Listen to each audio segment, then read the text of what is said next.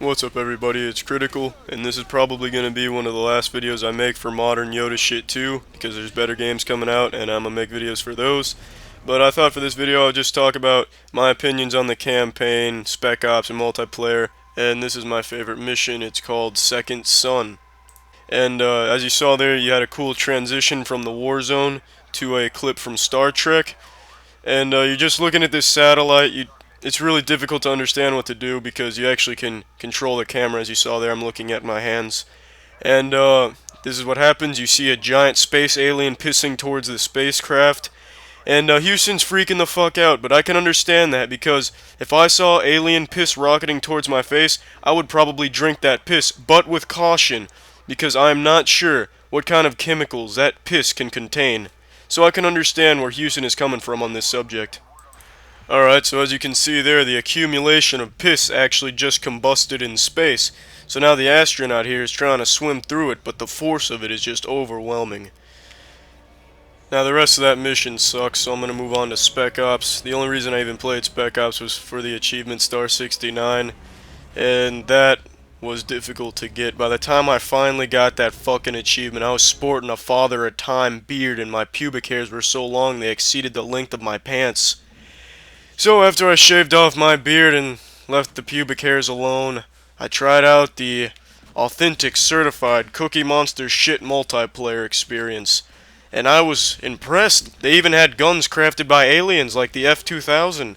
And then they even had unlimited ammo perks like One Man Army Pro. They even allowed you to do magic with their perk called Commando Pro. And if you were feeling horny, you could let people know by putting on Hardline Pro. They thought of everything. Clearly a flawless multiplayer experience. Now this is actually where my Modern Warfare 2 videos started.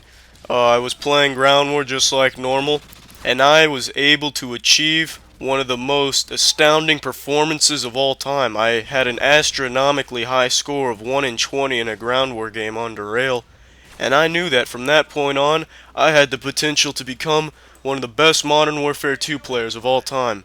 Previously, I thought this game was extremely challenging. I thought I had a better chance masturbating my penis with my nipples. But then after that performance, I had an epiphany. I could do this shit. I could dominate this shit. And that's what I've been doing. I've been shitting on the dominated shit. And I just haven't let up. And even in this game, I do pretty damn well. What the shit stain? How did that Predator missile even find me? I was incognito. Oh, my teammate, of course. Yes, he runs over to me while I was, in final stand. I don't know what he was trying to do, but he got us both hit by that Predator missile. But you know what? I'm not gonna let it put the damper on my pamper. I'm just gonna keep on trucking. Now here, this is when I decided to actually use my superhuman abilities with Commando Pro to actually start killing them with magic.